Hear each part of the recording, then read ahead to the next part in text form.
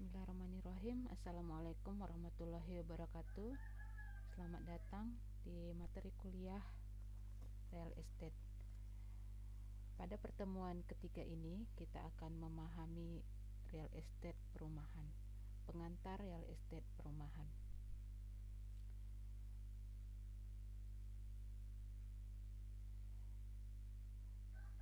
Materi kuliah ketiga ini adalah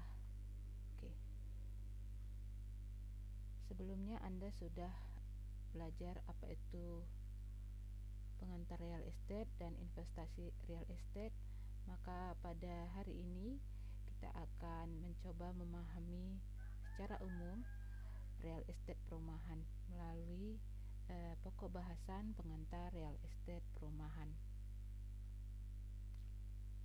Di dalam mata kuliah ini, pokok bahasannya akan membahas pengertian real estate menurut para ahli, posisi real estate dalam klasifikasi properti, karakteristik fisik umum real estate, prospek perkembangan properti, tipe real estate, sektor real estate, bisnis real estate. Real estate adalah tanah dan seluruh pengembang di atasnya maupun pada tanah tersebut, di mana pengembang di atasnya dapat berupa pembangunan jalan, tanah terbuka misalnya pembukaan hutan, dan selokan. Dengan demikian, real estate dapat diartikan sebagai tanah dan semua pengembang lainnya yang melekat terhadap tanah tersebut, baik yang ada di atas maupun di tanah tersebut. Pengertian real estate menurut Burzebach 1994, real estate dapat berbentuk fisik tanah seperti struktur dan pengembangan lainnya yang melekat secara permanen.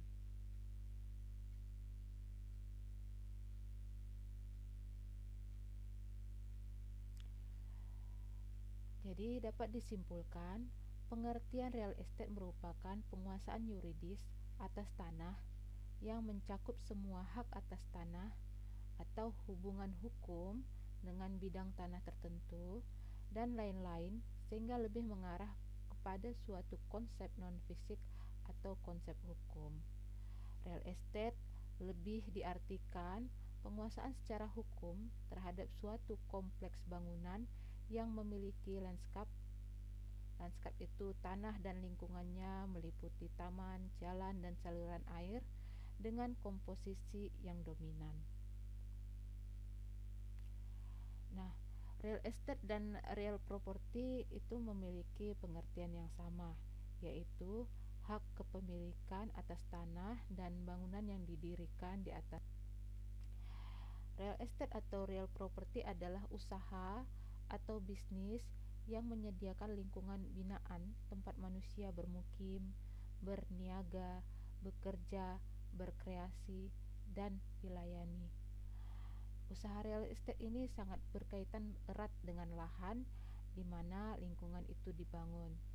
Jadi di sini ada bangunan, ada lahan, dan aspek legal atau hukumnya. Baik, mari kita memahami posisi real estate dalam klasifikasi properti di skema berikut.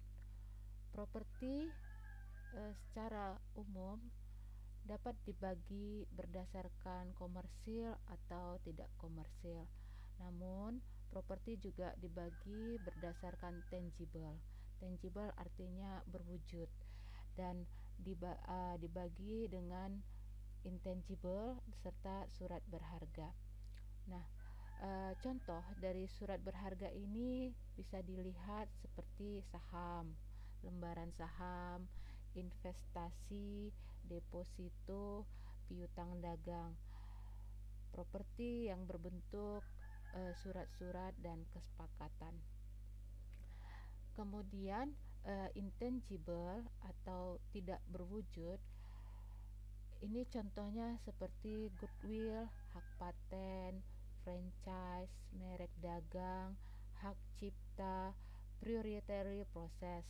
Contoh sederhananya yang bisa kita lihat, contohnya adalah KFC, McDonald. Jadi seseorang atau masyarakat berbelanja atau menggunakan produk tersebut bukan karena ayam gorengnya, tapi sesuatu di balik itu, yaitu gengsi atau nilai popularitas. Nah, itu yang sulit dilihat wujudnya, tapi ada di dalam setiap produk. Itu tergantung marketingnya. Nah, itu contoh dari properti yang tidak berwujud atau intangible. Kemudian yang akan kita bahas dan lebih dalam real property, bahwa real property ini itu berada di dalam jenis properti tangible, yaitu properti yang berwujud. Tangible property ini terdiri dari dua, real property atau personal property. Nah, dari personal property bisa dilihat contoh-contohnya mesin, furniture, movables, peralatan operasional, atau misalnya jewelry, berlian. Nah, kita berada di lingkup real property atau istilah lain yang juga sama, yaitu real estate. Bentuknya adalah tanah, bangunan, dan pengembangan lainnya yang terkait pada tanah dan bangunan. Di antara jenis-jenis properti tersebut, real estate mempunyai 3 karakter fisik umum. Yang pertama, immobility, yaitu real estate tidak dapat berpindah tempat. Bangunan dan tanah itu berbeda di setiap belahan bumi dan dia tidak bisa tanah dan bangunan itu bukan sesuatu yang mudah dibawa atau mudah berpindah tempat. Itulah yang dimaksud dengan immobility. Nah, selanjutnya karakter fisik umum real estate adalah heterogeneity, bahwa setiap properti mempunyai keunikan masing-masing sehingga properti bersifat heterogen. Walaupun jenis properti sama, tetapi dengan lokasi yang berbeda akan menghasilkan properti yang berbeda. Contoh sederhana di dalam real estate perumahan. Di dalam sebuah perumahan, walaupun fungsinya di perumahan itu seluruhnya adalah rumah, nah, rumah yang berada di posisi tengah ataupun rumah yang berada di posisi sudut atau hook atau persimpangan itu punya nilai yang berbeda. Harganya pun berbeda, namun fungsinya sama. Jadi di dalam kompleks perumahan, setiap posisi itu biasanya punya daya pasar masing-masing walaupun fungsinya sama. Itu contoh dari heterogeneity. Yang ketiga, limited supply. Supply yang terbatas. Bumi punya batas. Tidak semuanya bisa diolah untuk menjadi real estate, apalagi di dalam sebuah kota. Dikatakan terbatas karena dalam suatu kota hanya ada beberapa lahan yang sesuai untuk jenis properti tertentu dalam lokasi yang tertentu pula. Di dalam perencanaan kota biasanya sudah dibagi lahan untuk pemukiman, lahan untuk industri, lahan untuk wisata. Nah, perencanaan kota ini yang kemudian menjadi batas, menjadi limit supply, bahwa di dalam suatu area perumahan yang bisa dibangun hanya sekian unit. Begitu juga fungsi-fungsi yang lainnya. Properti juga memiliki proses berkembang, bertumbuh. Ya, pengembangan properti selalu terjadi karena jumlah penduduk yang selalu bertambah. Logikanya, semakin bertambah penduduk, tentu kebutuhan akan papan perumahan itu akan bertambah. Yang kedua, selalu terjadi pergeseran permintaan yang bergantung pada kondisi sosial ekonomi masyarakat.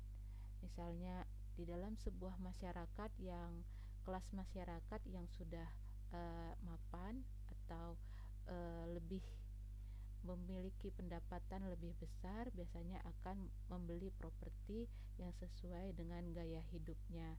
Yang tadinya tipe 45 ada kebutuhan perubahan untuk meningkatkan perumahan ke tipe yang lebih besar, ke tipe 100 atau ke atasnya, karena sudah memiliki mobil, anak, dan lain sebagainya. Nah, itu contoh pergeseran permintaan. Yang ketiga, properti selalu jadi unsur penyedia. Ketika kebutuhan masyarakat semakin tinggi akan properti, maka akan ada pengadaan properti baru untuk memenuhi permintaan pasar.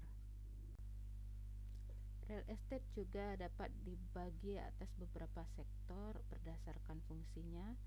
Yang pertama, sektor perkebunan, pertambangan, dan perhutanan. Yang kedua, ini yang akan kita dalami lebih lanjut, yaitu sektor perumahan, housing estate, multi-residensial, real estate kompleks, dan lain-lain. Itu contohnya. Yang ketiga, sektor komersial, contohnya shopping center, pusat perbelanjaan, kantor, apartemen, hotel, trade center, pusat perdagangan, dan lain-lain. Nah, yang keempat, sektor industri. Real estate dapat dijadikan bisnis, yaitu bisnis yang dibangun di bidang real estate atau real property yang menyediakan berbagai keperluan konsumen berupa rumah ataupun properti lainnya. Contoh, bisnis real estate setiap tahunnya berkembang karena harga tanah juga biasanya semakin tahun semakin mahal. Nah, karir di bidang real estate juga melibatkan banyak sekali keahlian dan kemampuan. Di dalam bisnis ini ada peran arsitek, insinyur untuk perencanaan real estate-nya, juga kontraktor yang melaksanakan proses pembangunan real estate tersebut, hingga akuntan. Sehingga industri real estate ini menjadi industri yang paling menggiurkan. Contoh-contoh real estate ini misalnya apartemen, rumah-rumah, ruko, mall, tanah kapling atau townhouse. Nah, di proses memulai perencanaan fungsi-fungsi real estate ini itu adalah bisnis. Di sana melibatkan arsitek, insinyur ya untuk perencanaan bangunan-bangunan ini. Nah, di proses pelaksanaan konstruksi bangunan ini itu juga dapat dijadikan bisnis. Dan juga kemudian proses pemasarannya itu juga bisnis. Nah, proses ini yang kemudian ada peningkatan nilai. Di materi kuliah sebelumnya ada capital gain. Bangunan sebelum dia dibangun masih dalam bentuk tanah itu berbeda nilainya ketika sudah di coupling atau dipagari, akan ada peningkatan harga. Apalagi kemudian setelah ada bangunan yang terbangun di coupling tersebut. Apalagi kemudian setelah fungsi-fungsi ini berjalan seluruhnya. Nah, dari kondisi tanah kosong hingga fungsi properti tersebut digunakan, dipasarkan dan digunakan, di situ banyak bisnis yang bisa dilakukan. Itu real estate merupakan bisnis yang menggiurkan. Kenapa? Karena ada beberapa keuntungan ketika menjalankan bisnis real estate, terutama real estate perumahan. Yaitu sebagaimana kita ketahui, rumah adalah kebutuhan hidup. Setiap orang pasti ingin memiliki rumah sendiri. Jadi selalu ada pasarnya. Kemudian nilai jual tanah dan hunian itu terus meningkat.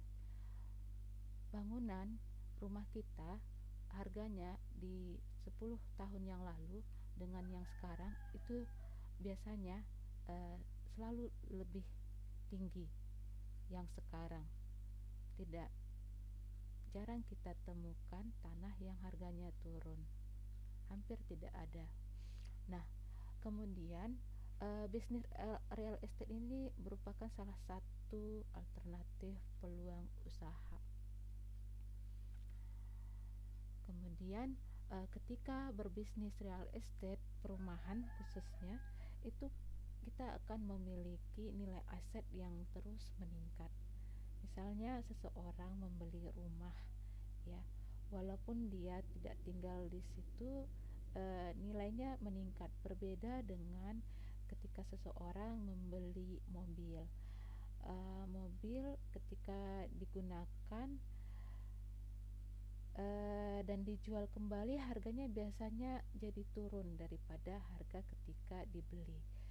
Kalau rumah, harga ketika dibeli dan ketika dijual kembali harganya justru naik. Ketika kita beli misalnya 200 juta, setelah kita gunakan 2 atau 3 tahun, kemudian dijual kembali, harganya di atas 200 juta. Sekitar 300 juta. Nah, di situ ada nilai aset yang terus meningkat. Disitulah perbedaan real estate perumahan dengan investasi di bidang lain seperti mobil. Yang ketiga, properti selalu jadi unsur penyedia. Ketika kebutuhan masyarakat semakin tinggi akan properti, maka akan ada pengadaan properti baru untuk memenuhi permintaan pasar. Real estate atau real property dapat dibagi dalam dua tipe. Yang pertama, residensial atau perumahan real estate. Yang kedua, komersial real estate. Residensial atau perumahan real estate adalah tanah yang digunakan untuk tempat tinggal, baik itu perumahan, rumah susun, hingga trailer park, mobil ya, yang populer di beberapa negara asing. Itu termasuk residensial atau perumahan. Daerah-daerah residensial biasanya juga memiliki tempat bisnis-bisnis kecil seperti minimarket dan industri-industri rumah yang mendukung kebutuhan perumahan tersebut. Untuk komersial real estate, yaitu tanah atau bangunan yang digunakan untuk kegiatan mendapatkan keuntungan, baik itu dari penjualan barang dan jasa maupun rental. Sedikit berbeda dengan bisnis kecil yang berada di residensial, dia untuk mendukung perumahan. Kalau komersial, kegiatan pokoknya memang untuk komersial, mendapatkan keuntungan. Beberapa contoh real estate komersial ini adalah gedung perkantoran, properti industrial, industri pabrik, hotel, pusat perbelanjaan, dan lahan pertanian. Jadi bisa dibedakan ya antara perumahan dan komersial real estate. Real estate juga dapat dibagi atas beberapa sektor berdasarkan fungsinya. Yang pertama, sektor perkebunan, pertambangan, dan perhutanan. Yang kedua, ini yang akan kita dalami lebih lanjut, yaitu sektor perumahan, housing estate, multi-residensial, real estate kompleks, dan lain-lain. Itu contohnya. Yang ketiga, sektor komersial, contohnya shopping center, pusat perbelanjaan, kantor, apartemen, hotel, trade center, pusat perdagangan, dan lain-lain. Nah, yang keempat, sektor industri. Real estate dapat dijadikan bisnis, yaitu bisnis yang dibangun di bidang real estate atau real property yang menyediakan berbagai keperluan konsumen berupa rumah ataupun properti lainnya. Contoh, bisnis real estate setiap tahunnya berkembang karena harga tanah juga biasanya semakin tahun semakin mahal. Nah, karir di bidang real estate juga melibatkan banyak sekali keahlian dan kemampuan. Di dalam bisnis ini ada peran arsitek, insinyur untuk perencanaan real estate-nya, juga kontraktor yang melaksanakan proses pembangunan real estate tersebut, hingga akuntan. Sehingga industri real estate ini menjadi industri yang paling menggiurkan. Contoh-contoh real estate ini misalnya apartemen, rumah-rumah, ruko, mall, tanah kapling atau townhouse. Nah, di proses memulai perencanaan fungsi-fungsi real estate ini itu adalah bisnis. Di sana melibatkan arsitek, insinyur ya untuk perencanaan bangunan-bangunan ini. Nah, di proses pelaksanaan konstruksi bangunan ini itu juga dapat dijadikan bisnis, dan juga kemudian proses pemasarannya itu juga bisnis. Nah, proses ini yang kemudian ada peningkatan nilai. Di materi kuliah sebelumnya ada capital gain. Bangunan sebelum dia dibangun masih dalam bentuk tanah itu berbeda nilainya ketika sudah di coupling atau dipagari, akan ada peningkatan harga. Apalagi kemudian setelah ada bangunan yang terbangun di coupling tersebut. Apalagi kemudian setelah fungsi-fungsi ini berjalan seluruhnya. Nah, dari kondisi tanah kosong hingga fungsi properti tersebut digunakan, dipasarkan dan digunakan, di situ banyak bisnis yang bisa dilakukan. Itulah aspek-aspek bisnis real estate. Real estate merupakan bisnis yang menggiurkan. Kenapa? Karena ada beberapa keuntungan ketika menjalankan bisnis real estate, terutama real estate perumahan. Yaitu sebagaimana kita ketahui, rumah adalah kebutuhan hidup. Setiap orang pasti ingin memiliki rumah sendiri. Jadi selalu ada pasarnya. Kemudian nilai jual tanah dan hunian itu terus meningkat. Bangunan rumah kita harganya di 10 tahun yang lalu dengan yang sekarang itu biasanya selalu lebih tinggi yang sekarang. Tidak jarang kita temukan tanah yang harganya turun, hampir tidak ada. Nah, kemudian bisnis real estate ini merupakan salah satu alternatif peluang usaha. Kemudian ketika berbisnis real estate perumahan khususnya, itu kita akan memiliki nilai aset yang terus meningkat. Misalnya seseorang membeli rumah ya, walaupun dia tidak tinggal di situ, nilainya meningkat. Berbeda dengan ketika seseorang membeli mobil. Mobil ketika digunakan dan dijual kembali, harganya biasanya jadi turun daripada harga ketika dibeli. Kalau rumah, harga ketika dibeli dan ketika dijual kembali harganya justru naik. Ketika kita beli misalnya 200 juta, setelah kita gunakan 2 atau 3 tahun kemudian dijual kembali, harganya di atas 200 juta. Misalnya sekitar 300 juta. Nah, di situ ada nilai aset yang terus meningkat. Disitulah perbedaan real estate perumahan dengan investasi di bidang lain seperti mobil. Selanjutnya, sumber penghasilan tetap. Real estate perumahan bisa menjadi sumber penghasilan tetap. Contohnya, seseorang membeli rumah, kemudian disewakan. Nah, ketika disewakan tentunya ada penghasilan setiap tahun atau setiap bulan, tergantung kesepakatan atau bagaimana penyewaan rumah tersebut. Jadi bisnis real estate bisa menghasilkan penghasilan tetap, uang yang bekerja. Bisnis real estate adalah investasi jangka panjang.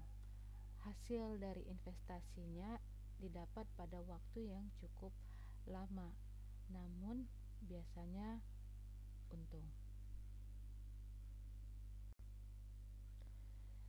Bisa dilihat dari contoh simulasi keuntungan berikut ini.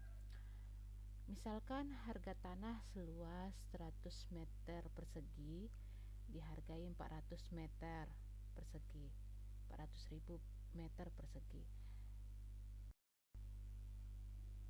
Sehingga harga tanahnya adalah 40 juta. Nah, bangunan tipe 36 adalah 67,5 juta. Jadi modalnya adalah 107,5 juta. 67,5 ditambah 40 juta sama dengan 107,5 juta. Nah, lakukan survei harga rumah yang setipe dengan rumah yang Anda rencanakan di lokasi proyek tersebut, di sekitar lokasinya. Misal, harga tipe 36 di sekitar lokasi ternyata adalah 150 juta. Logika sederhananya, jika rumah tersebut dijual dengan harga 130 juta, dengan tadi modalnya 107,5 ya, sementara di pasar 150 juta, tentunya orang akan milih yang lebih murah, ya kan? Nah, jadi keuntungan yang diperoleh adalah 23,5 juta. 130 dikurang 107,5 itu dapatnya 23,5 juta. Jadi dia sudah dapat untung 23,5 juta. Jika modal seluruhnya 120 juta kita genapkan. Tadinya kan 107,5 juta ya.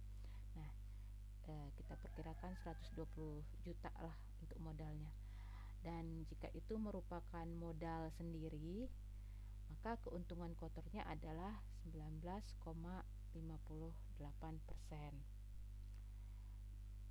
Jika si konsumen memberikan uang muka 24 juta, artinya modal sendiri adalah 96 juta. Oke, 24 tambah 96 kan 120 juta. Nah, di situ keuntungan kotornya adalah 24,47%.